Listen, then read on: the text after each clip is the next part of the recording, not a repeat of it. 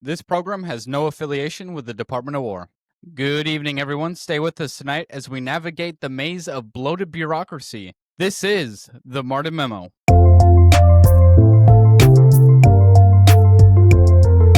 The Martin Memo.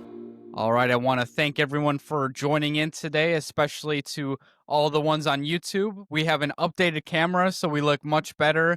Definitely can see the good and maybe some of the bad of me. To all the people listening on Spotify and Apple Podcasts, I'm sorry you're stuck with the regular old voice. We haven't done anything to change that yet, but again, welcome to all of our new listeners and to all of our dedicated listeners on this very important topic, especially to myself. So, with that being said, when you look at bloated bureaucracy, there are two aspects that you can kind of take a different approach to. The first one is the money side, right? That's the one that's always talked about in the news. Printing money, inflation, all those different things that are crazy high debt, which is now at $35.7 trillion. And then you also look at the other aspect, and that is the employment. And luckily for you all today, I'm going to go over both. So, with that being said, we'll go ahead and dive into the money aspect of the bloated bureaucracy in Washington. So, the first thing as we dive into the money aspect of Washington is there's two numbers that I want you to remember. 6.9 trillion, and that is currently what our budget is, and then 35.7 trillion, and that is what the debt is for America currently. So the last time we had a balanced budget was actually in 2001 under Bill Clinton, and then obviously the reins were handed over to George Bush, and we ended up getting into a forever war, and then obviously Obama, Trump, Biden, Trump, and it just kind of escalated from there. And then COVID is the real reason that it ended up shooting up. So, with that all being said, the five largest programs that are currently budgeted are Medicaid at 664 billion, Medicare at 904 billion, the Department of War at 1 trillion, our debt interest at 1.1 trillion, and then lastly Social Security at 1.5 trillion. So I'm going to break down each one and then kind of give my insight on what I believe will be the best method moving forward. By the way, just a quick little lesson for you all. The difference between Medicare and Medicaid. Medicaid, think about aiding the poor, and then Medicare, think about caring for the old. Medicaid is designed for the lower income individuals, and then Medicare is designed for the elders, for all our seniors out there. So, just a little fun little tidbit. I actually learned that from my senior year history class, so our U.S. government class. So, the more you know, right? So for Medicaid, in the big beautiful bill, they made it a work requirement to hit 80 hours a month. I think that this is a great idea, and I am all in favor for this aspect. That is an average of 20 hours a week. And if you stick to the typical 5 days on, 2 days off, that is an average of 4 hours a day. I think that is easily obtainable, especially if you are an able bodied adult. Medicaid was designed to eventually get off. It wasn't supposed to be you're forever going to be on Medicaid. You go down the road 1, 3, 5 years. No, the intent was never for that. It was to help you out when you need it and then get you back into the workforce and hopefully getting you back into a stable paycheck. It was never designed for these prolonged visits that we typically see a lot of people end up having. So, with that being said, I'm all in favor of that 80-hour a month work requirement. Additionally, another aspect that people are not aware of, typically it is a state run program, and then the US government essentially matches whatever the state is providing to each individual. So for Utah, the average is about $2,500 per individual, and then the federal government will come out and dish their portion of the $2,500, give or take a little bit. And then if you look at more the bluer states and the bluer areas, they typically give more money to the individual. So, for example, especially in the Northeast, they have about $7,500 that they give per individual, and then the U.S. government comes in and ends up matching that, or at least getting close to it. So, one thing that I am in favor of is putting a cap on that. I don't think that Utah should be at 2,500, and just like I don't think that the Northeast, like Massachusetts or Vermont, should be at 7,500. I do not think that is the right method to go. I think we should have a cap at the federal government level to basically level the playing field, and also it's going to help the states be a little more selective with what they do with their funds. There's a lot of states, California is definitely the highlight in this example, where that money was going to illegal immigrants and it was drying up, and then they were not able to give the people that actually need it any money. So I believe that this is going to force the states to be a little more responsible with how they utilize their funds and how they give it out. So, on that note, that is my stance on Medicaid. If we go over to Medicare, I don't think Medicare needs to be touched as much. However, I would say that there is currently $100 billion of fraud within the Medicare system. I know Doge is actively working to cut out as much of that as possible, but as soon as you cut out most of that fraud, waste, and abuse within the Medicare system, things will run a lot more efficiently. And then that's additionally $100 billion a year that is getting saved from the taxpayer's dime. Additionally, another thing that I would add is high earners, $500 a month is what you should be paying. I don't think that you should have a lower rate. I think if you are making $140,000, $150,000 a year, you should not be getting any sort of break from that. You should definitely be paying in that full amount at the $500. Now, moving on down to Department of War. Now, this one hits a little more home as I am a soldier, but additionally, I do not believe we need to cut from the Department of War. If anything, I would suggest adding, but I don't think we need to cut. The reason being is every day we are seeing more and more hostility from our enemies abroad. I think it would be stupid and idiotic currently to cut any funding to the Department of War. Now, I think you can do a lot more internal reviews and find out probably some waste, fraud, and abuse within the Department of War itself, but that money should not go elsewhere. It should remain in there and strengthen our resources and provide to our wonderful men and women in the uniform to continue the fight and improve lethality across the board. We should not be cutting anything from the Department of War. We should only be adding, in my personal opinion. Now, moving on to line item number 2, and that is the debt interest. So currently we're paying $1.1 trillion in debt interest. Let that sink in. We are paying more on our interest for debt than we are paying for the Department of War, Department of Defense, whatever you want to call it. We are paying more on our interest. I think there's a lot of things wrong with that, obviously. That's a very scary statistic. But I think there's a lot that we can do that's going to help set us up for success in the future. If we take in some of these considerations and then also just improve our bad spending habits, I think we can really trim down that debt, and probably quicker than most people think.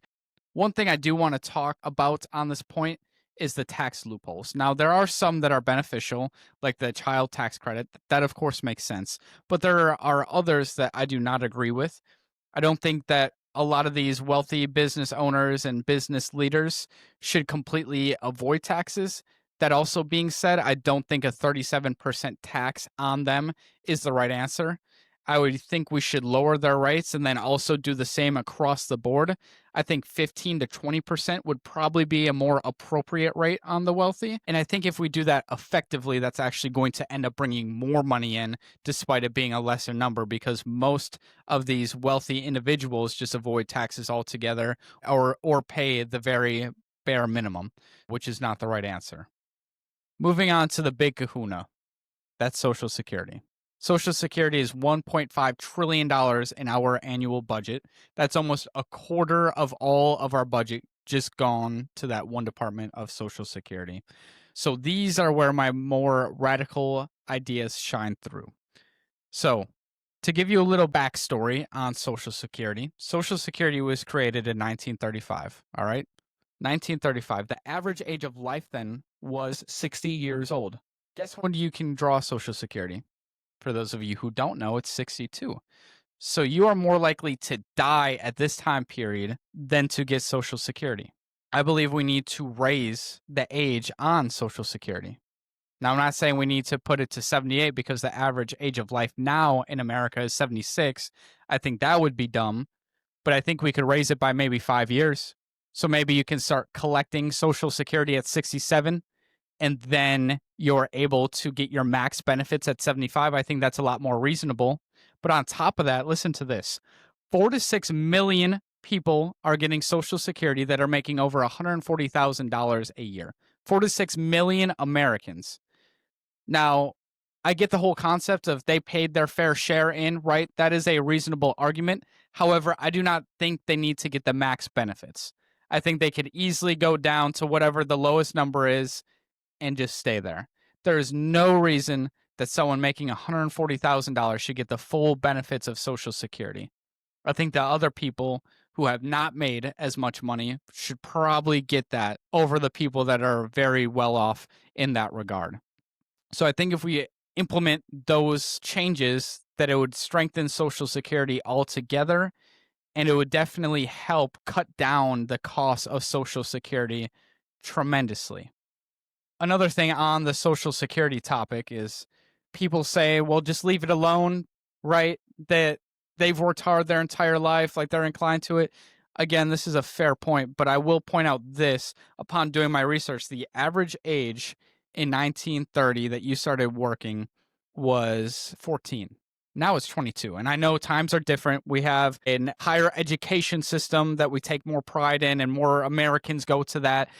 But again, that's 8 years less of working. So I think we can easily bump that age just 5 years up from 62 to 67.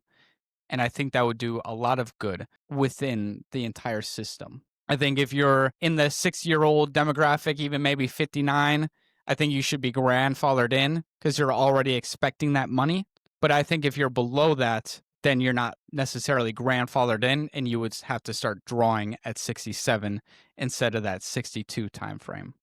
Again, I know those are some of my more radical ideas, you could say, on these issues, but overall, as a whole, the budget is out of control, our debt is out of control, and we need someone to come in there, reform these systems and processes, and take one for the team. Now, I know Josh Hawley, the senator from Missouri, would hate me even talking about this. He is a Republican, and he is all about the social programs, but I would 100% challenge his thinking, and I would love to have a conversation with him and explain that America cannot afford this kind of lifestyle anymore, and unfortunately, tough decisions have to be made, and these are some of them right here. As mentioned, I promised that we would talk about the other aspect of the bloated bureaucracy within the US government, and that is the employment sector. So, let's dive back into history. In 1930, we had 699,000, we'll just call it 700,000 people working for the federal government. Well, because of all the issues that were happening at home with the Great Depression, unemployment, things like that, FDR came into the position and literally on day one signed an executive order to grow the federal government from 700,000 employees all the way to 3 million. He did this to steady the unemployment rate, providing new jobs, as well as to build up the infrastructure at home, which was decaying with the Great Depression.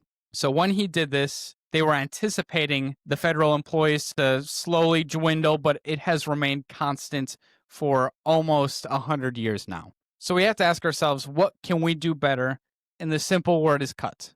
If you look at the federal government employees right now, you can cut at least 30 to 40% of them. You can cut 30 to 40% of the federal employees and remain fine. Would there be some growing pains? Of course, but you can still cut that number. And I know that is something that President Trump and the administration were trying to do before being blocked by 10 million different judges out there, which currently the cases are going to go up to the Supreme Court, and the Supreme Court will vote in favor of the Trump administration on that aspect. The bottom line is that there needs to be cuts made. If you were to cut the 30 to 40% of the federal employees, like I had mentioned, that would save $150 billion a year in salary alone. And it's not even just about that. It's about doing the right thing and shrinking the government, because the government should not be so bloated and so big. This has been a problem for a long time now, and it feels like it has only gotten worse until this administration, who is actively trying to cut it.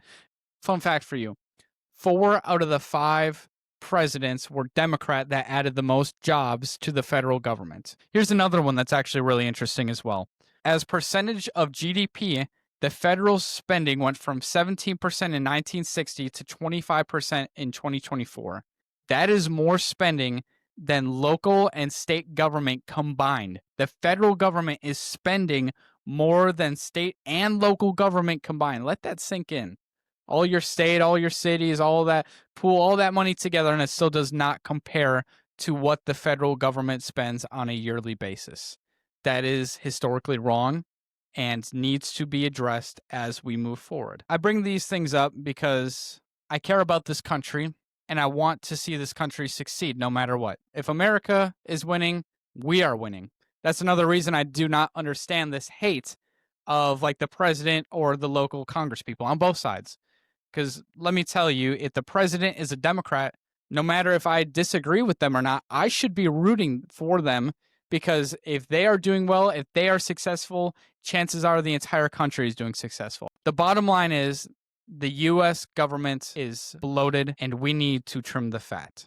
With that all being said, we are on to perhaps my favorite segment on the show, and that is called the cold monologue. For those of you who do not know what the cold monologue is, we take the questions that you write us in comments on YouTube, social media. We take those comments, we write them down on a piece of paper, and then we put them in a hat.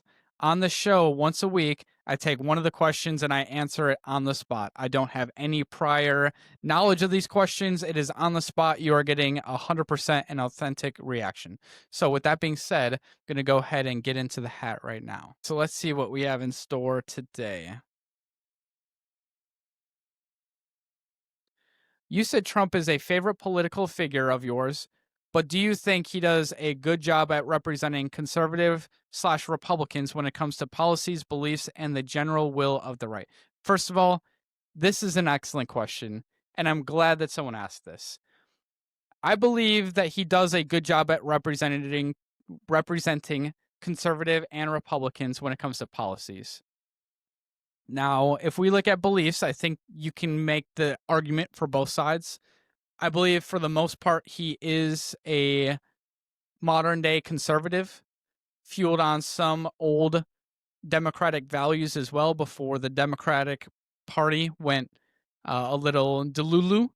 But I feel like his general beliefs and policies are for the right. I do think that there could be some things that are done better and a little more strategical. But I will say that he has gotten us this far and he has gotten us to this point. I think the Conservative Party and Republican Party was dying until he stepped in. The coalition that he has formed from getting all different backgrounds and demographics of life into one coalition that is now the Republican Party is extraordinary.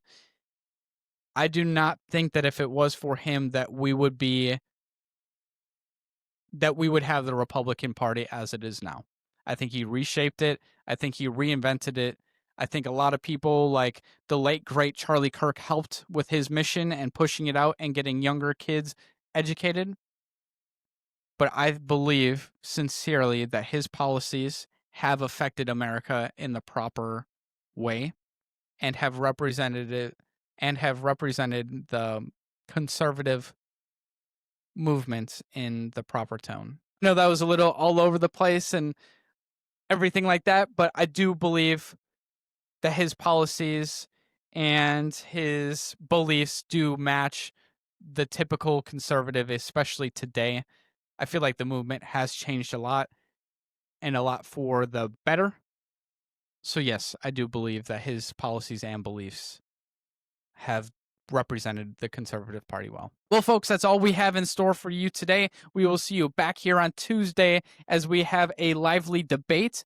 Please share your thoughts on X. Follow us on Facebook and Instagram at the Martin Memo, and let's grow this community together. Now, in case I don't see you, good morning, good afternoon, and good night. This is the Martin Memo.